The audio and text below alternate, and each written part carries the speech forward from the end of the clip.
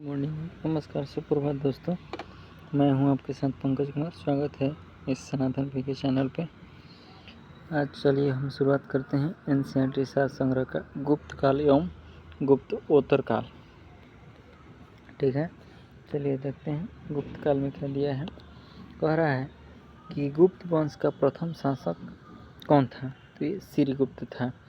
नगरों का क्रमिक पतन किस एक काल की महत्वपूर्ण विशेषता थी, वो गुप्त काल की थी। प्राचीन भारत में किस वंश का शासन काल स्वर्ण युग यानी गोल्डन एज कहा गया है, तो गुप्त वंश को कहा गया है। गुप्त वंश के किस अवधि तक के शासन काल रहा है, तो 775 से लेकर 500 ईस्वी तक के काल को गुप्त काल कहा गया है। भारत का नेपोलियन किसे कहा गया है, समुद्रगुप्त को कहा गया है। समुद्रगुप्त प्रथम गुप्त शासक था जिसने परम भागवत की उपाधि धारण की थी। इसके बाद गुप्त शासक चंद्रगुप्त द्वितीय ने भी परम भागवत की उपाधि धारण किया था। गुप्त वंश का स्थापना किस शासक ने किया था, तो ये किया था चंद्रगुप्त प्रथम ने किया था। किस गुप्त शासक को एक अन्य नाम देवगुप्त के नाम से भी जाना जाता था, चंद्रगुप्त द्वितीय को। गुप्त काल में उत्तर भारतीय व्यापार किस पतन के संचालित होता था, तो ताम्रलिपि से संचालित होता था। आगे कह रहा है इलाहाबाद स्तंभ अभिलेख प्रयाग प्रशस्ति से समुद्रगुप्त के शासनकाल का सैन्य अभियान के विषय में जानकारी मिलता है। किस गुप्त शासक ने सर्वप्रथम सिक्के जारी किया था, चंद्रगुप्त प्रथम ने किया था। गुप्तकालीन स्वर्ण मुद्रा को क्या कहते हैं, तो दिनार कहते हैं। दिल्ली की कुव्वत उल इस्लाम मस्जिद के प्रांगण में स्थित प्रसिद्ध लौह स्तंभ किसकी स्मृति में बनाया गया है, चंद्रगुप्त विक्रमादित्य चंद्रगुप्त द्वितीय के शासनकाल में बनाया गया है। किस शासक को शक विजेता कहा जाता था, तो वो चंद्रगुप्त द्वितीय को कहा जाता था शक विजेता।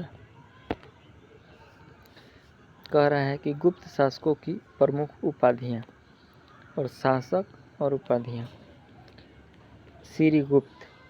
श्रीगुप्त का कौन था, आदित्य राज महाराज। चंद्रगुप्त द्वितीय विक्रमादित्य और विक्रमांग। समुद्रगुप्त को शक्रादित्य और शक्रोपम कहा जाता था। समुद्रगुप्त को पराक्रमांक कहा जाता था। कुमारगुप्त को महेंद्रादित्य कहा जाता है। चंद्रगुप्त प्रथम को महाराजाधिराज कहा जाता था। आगे कह रहा है कि मध्य प्रदेश के रीवा जिले में स्थित सुपिया का लेख में गुप्त वंश को घटोत्कच वंश कहा गया है।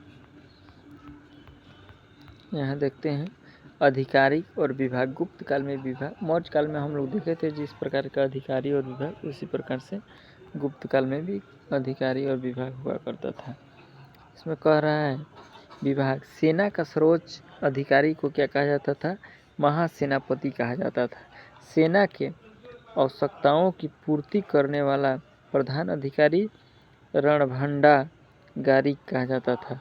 युद्ध और शांति का प्रधान महासंधि विग्राहक कहा जाता था। राजकीय कोष का प्रधान महाभंडागाराधिकृत। अभिलेख विभाग का प्रधान महाअध्यक्ष पटलिक कहा जाता था। केंद्रीय सचिवालय का प्रधान सर्वाध्यक्ष कहलाता था। राजप्रसाद का मुख्य सुरक्षा अधिकारी क्या कहलाता था, महाप्रतिहार। भूमि कर वसूलने वाला विभाग का प्रधान क्या कहलाता था, तो ध्रुवाधिकरण कहलाता था। दान विभाग का प्रधान अग्रहारिक कहलाता था। सेना का सेनापति यानी सर्वोच्च अधिकारी महाबलाधिकृत कहलाता था। न्यायाधीश महादंडक न्यायक कहलाता था। पुलिस विभाग का सर्वोच्च अधिकारी दंडपाशिक कहलाता था। शिक्षा अधिकारी विनय स्थित स्थापक कहलाता था। कह रहा है आगे कि गुप्त काल में अपनी आर्य विज्ञान विषयक रचना के लिए कौन प्रसिद्ध था? तो सुश्रुत प्रसिद्ध है। चंद्रगुप्त ने 9 रत्न में से कौन फलित ज्योतिष से संबंधित था? क्षपणक संबंधित था। चंद्रगुप्त द्वितीय 775 से 415 ईस्वी तक रहा था। स्वयं एक विद्वान तथा विद्वानों का आश्रयदाता था। इसके दरबार में 9 विद्वानों का एक समूह नवरत्न निवास किया करते थे। नवरत्न में कौन कौन थे हम लोग देखते हैं। कालिदास, पहिलका कालिदास, धन्वंतरी, क्षपणक, शंकु, बेतालभ, लभट, अमर सिंह, घटकर, बराहमिहिर और बरूची ये विद्वान थे। फिर से देखते हैं। कालिदास, धन्वंतरी, क्षपणक, शंकु, बेतालभट्ट, अमर सिंह, घटपर और बराहमिहिर और बरूची जैसे विद्वान रहते थे। शक एवं गुप्त वंशों के मध्य कितना अंतर था? तो 242 वर्ष का अंतर था। गुप्त कालीन रजत यानी चांदी मुद्राओं को क्या नाम दिया गया था? तो रूपक कहा जाता था। गुप्त काल में चांदी के जो सिक्के होते थे उसे रूपक नाम से जाना जाता था। आगे देखते हैं। कुमार गुप्त कालीन मंदसौर अभिलेख में किस श्रेणी का अभिलेख किया गया है? तंतु वाय का किया गया है। आगे कह रहा है कि गुप्त काल की कृषि व्यवस्था का महत्वपूर्ण लक्षण क्या था? सामंतवाद का प्रारंभ था। क्या था? सामंतवाद का प्रारंभ। गुप्तकालीन भूमि और वर्गीकरण। खेती करने योग्य भूमि क्या कहलाता था? क्षेत्र कहलाता था। निवास करने योग्य भूमि वास्तु कहलाता था। जो भूमि कृषि योग्य नहीं होती थी खील कहलाता था। जंगली भूमि को अपरहत कहलाता। इस समय तो बंजर कहा जाता है लेकिन उस समय अपरहत कहलाता था। पशुओं के चरने योग्य भूमि को चरागाह कहलाता था। किस शासक ने 4 अश्वमेध यज्ञ किए थे? तो प्रसर सेन प्रथम ने किए थे। आगे कह रहा है कि काश्यप शब्द का उल्लेख किस ग्रंथ से मिलता है? तो मुद्रा राक्ष से मिलता है। ईंटों से निर्मित गुप्तकालीन मंदिर कहाँ स्थित है? बिठूर, कानपुर में स्थित है। कुमार गुप्त के समय में ही मध्य भारत में रजत सिक्कों यानी चांदी के सिक्कों का प्रचलन हुआ। उसने महेंद्र द्वितीय की उपाधि धारण की। नालंदा विश्वविद्यालय की स्थापना कुमार गुप्त के शासनकाल में ही किया गया था। गुप्त काल में पैठन प्रसिद्ध का क्या कारण था? व्यापारिक मंडी था। शतरंज का खेल भारत में गुप्त काल के दौरान प्रारंभ हुआ था, जहां इसे चतुरंग के नाम से भी जाना जाता था। भारत से यह ईरान एवं तत्पश्चात यूरोप पहुंचा था।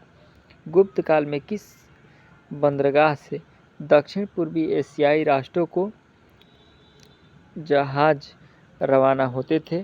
ताम्रलिपि से। किस चीनी यात्री ने गुप्त काल में भारत की दशा का वर्णन किया है? फाहियान ने किया है। भारत हिंदू देवी देवताओं को समर्पित सबसे प्राचीन मंदिर किसके कला का है? तो गुप्त काल की है। सती प्रथा का प्रथम अभिलेख का साक्ष्य एरण से प्राप्त हुआ है। यह अभिलेख 510 ईस्वी का है, जिसमें गोपराज नामक सेनापति का स्त्री के सती होने का उल्लेख किया गया है। सती होने का सबसे पहले का प्रमाण एरण अभिलेख में 510 ईस्वी में प्राप्त हुआ है। गुप्त काल में चीन से भारत में किस वस्तु का आयात किया जाता था? तो रेशमी कपड़े का आयात किया जाता था। कलहड़ के अनुसार अशोक ने अपने शासन में 7वें वर्ष में कश्मीर को जीता तथा कश्मीर में श्रीनगर की स्थापना किया था। किसने? अशोक ने। आगे देखते हैं। गणराज्यों के अंत के लिए कौन उत्तरदायी था? तो समुद्रगुप्त उत्तरदायी था। गुप्त काल का प्रसिद्ध गोल शास्त्री था। खगोल शास्त्री कौन था? गुप्त काल का प्रसिद्ध खगोल शास्त्री कौन था? तो आर्यभट्ट था। गुप्तकालीन चित्रकला का उत्कृष्टतम रूप मिलता है अजंता में। विशाखदत्त कृत नाटक देवकी चंद्रगुप्त में उल्लेख मिलता है कि चंद्रगुप्त द्वितीय ने अपने बड़े भाई रामगुप्त की हत्या किया था। किसके स्वर्ण सिक्के में हीन यानी मिलावट धातु का प्रतिशत सर्वाधिक होते थे? तो स्कंदगुप्त के। गुप्त काल में लिखित संस्कृत नाटकों में स्त्रियों और शूद्रों के संवाद किस भाषा में है? प्राकृत भाषा में। कह रहा है कि गुप्त काल में लिखित संस्कृत नाटकों में स्त्रियों और शूद्रों के संवाद किस भाषा में किया गया है? तो प्राकृत भाषा में। गुप्त वंश का अंतिम शासक कौन था? तो ये विष्णुगुप्त था। चंद्रगुप्त द्वितीय विक्रमादित्य को किस कारण से सकारी कहा गया है? तो शकों पर विजय के कारण कहा गया है। किस अभिलेख में समुद्रगुप्त को लिच्छवी द्रोही बताया गया है? तो प्रयाग अभिलेख में बताया गया है। हुणों ने स्कंदगुप्त के शासनकाल में आक्रमण किया था। इसमें स्कंदगुप्त ने हुणों पर विजय प्राप्त किया था। गुप्त काल में श्रेणियों से बड़ी संस्था जिसका शिल्प श्रेणियां सदस्य थी को क्या कहा जाता है? तो उसको निगम कहा जाता है। अग्रहार से क्या तात्पर्य है? ब्राह्मणों को दिया जाने वाला भूदान क्या कहलाता था? अग्रहार कहलाता था। कह रहा है कि विदिशा के पास उदयगिरी बुद्ध गुफाओं का निर्माण किस काल में हुआ था? तो ये गुप्त काल में हुआ था। आगे कह रहा है कि वराह गुहा का निर्माण किस देवता के सम्मान में करवाया गया था? तो भगवान विष्णु के कार्यकाल में करवाया गया था। गुप्त साम्राज्य के समकालीन राजवंश देखते हैं। राजवंश संस्थापक संस्थान और संस्थापक स्थापना वर्ष दिया गया है। तो बकाटक राजवंश 255 ईस्वी से लेकर 330 ईस्वी में मिलता है। तो 255 ईस्वी में विंध्य शक्ति ने किया था और 330 ईस्वी में सर्वसेन ने किया था। नाग राजवंश 305 ईस्वी में पूर्व भावनाग ने इसकी स्थापना किया था। त्रिकुटक राजवंश 415 ईस्वी में मिलता है। इंद्रदत्त ने स्थापना किया था। हुण राजवंश 500 ईस्वी में तोरमाड़ ने किया था। सलंकाय राजवंश 300 ईस्वी देववर्मन ने किया था। विष्णु कुंडिक राजवंश 475 ईस्वी विक्रमेंद्र ने किया था। माथुर राजवंश 325 में अच्युत ने किया था और 350 ईस्वी में शंकर बर्मन ने किया था। आगे देखते हैं गुप्तोत्तर काल। दोस्तों इस वीडियो को ज़्यादा से ज़्यादा लाइक कीजिए, शेयर कीजिए और सब्सक्राइब कीजिए जिससे कि हमारा भी मनोबल बढ़ता रहे। देखते हैं गुप्तोत्तर काल। गुप्तोत्तर काल में कह रहा है कि गुर्जर प्रतिहार वंश का संस्थापक किस शासक ने की थी? तो नागभट्ट प्रथम ने किया था। राष्ट्रकूट साम्राज्य की स्थापना किसने किया था? तो दंती दुर्ग ने किया था। गुप्तोत्तर काल में भारत में मुख्यतः किसका आयात किया जाता था? तो घोड़ों का आयात किया जाता था।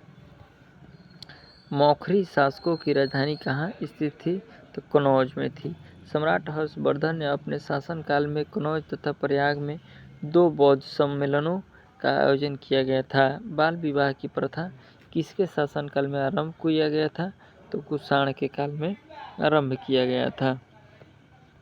प्राचीन भारत में सिंचाई कर को क्या कहते थे? विदक भागम कहा जाता था। हर्ष के प्रशासन में अवंती युद्ध और शांति का अधिकारी था।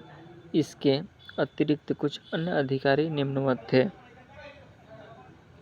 सिंधनाद सेनापति, कुंतल अश्वसेना का प्रधान, स्कंदगुप्त हस्त सेना का